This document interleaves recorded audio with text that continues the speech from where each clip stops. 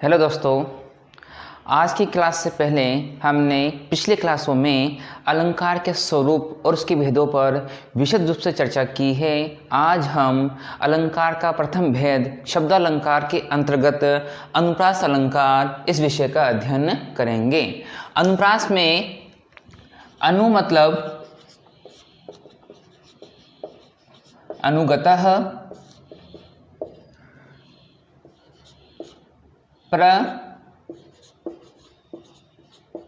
प्रकृष्टः,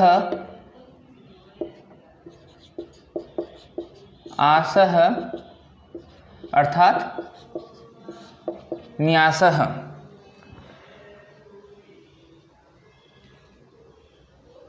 अर्थात रस भाव आदि से अनुगत जो वर्ण विन्यास है वह अनुप्रास अलंकार कहलाता है।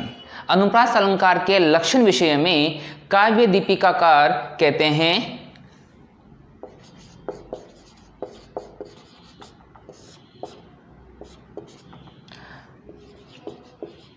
अनुप्रासः शब्द साम्यम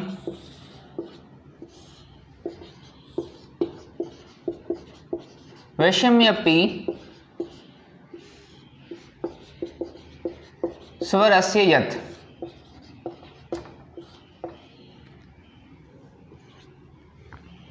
यहाँ शब्द साम्यम से तात्पर्य व्यंजन वर्णों की समानता से है और वैषम्य से तात्पर्य स्वरों की असमानता से। इस प्रकार हम कह सकते हैं जहाँ स्वरों की असमानता हो तथा व्यंजन वर्णों की समानता हो वहाँ पर अनुप्रास अलंकार होता है।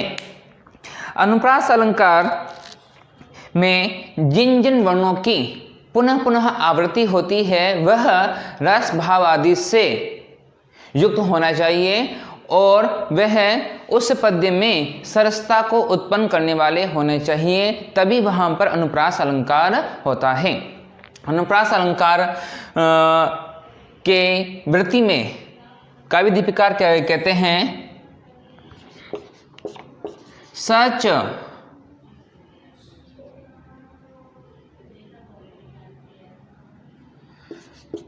स्वर वै सादृश्यपि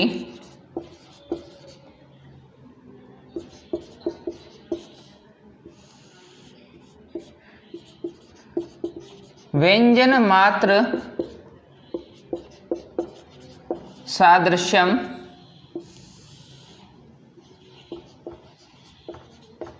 अनुप्रासः।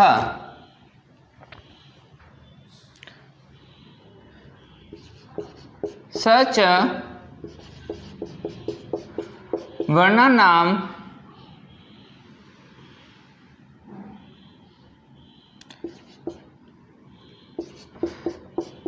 रसानुगता प्रकाशेण न्यासः। वही कहने का तात्पर्य यह है कि स्वरों की असमानता होने पर व्यंजन वर्णों की समानता जिस अलंकार में हो वह अनुप्रास अलंकार कहलाता है और इस अलंकार में जिन जिन वर्णों की आवृत्ति हो रही है वह उस पद में या उस श्लोक में रस भाव आदि से के अनुरूप होने चाहिए और उनमें सरसता या चमत्कारिता को उत्पन्न करने वाले होने चाहिए, तभी वहाँ पर अनुप्रास अलंकार होता है। अनुप्रास अलंकार के 5 भेद हैं। अनुप्रास अलंकार के भेद 5 प्रकार के होते हैं। ये पहला छेकानुप्रास,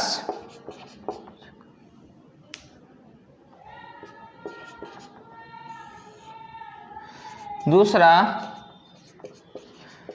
वृत्त्यनुप्रास, तीसरा श्रुत्यनुप्रास, चौथा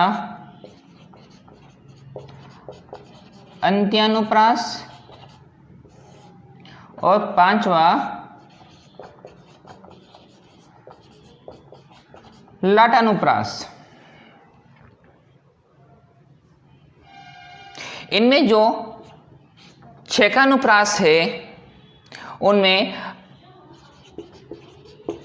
अनेक व्यंजनों की एक बार आवृत्ति होती है, जबकि वृत्त्यनुप्रास में एक या अनेक व्यंजनों की अनेक बार आवृत्ति होती है।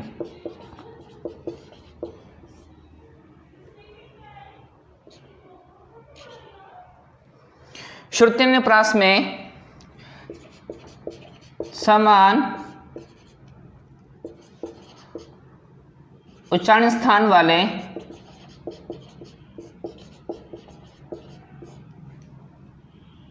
व्यंजनों की समानता होती है।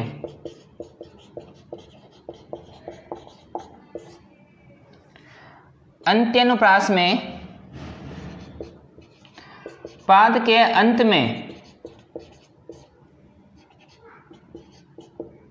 या अंतिम वर्ण जो अपने से पूर्व स्वर से युक्त हो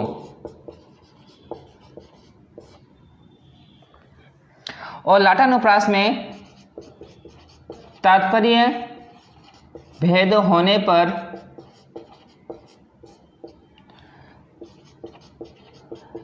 समानार्थ से युक्त हो।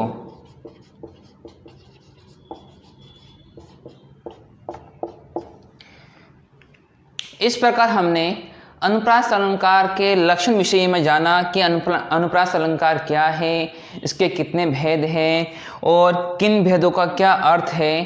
तो आज की क्लास में इतना ही। Thank you.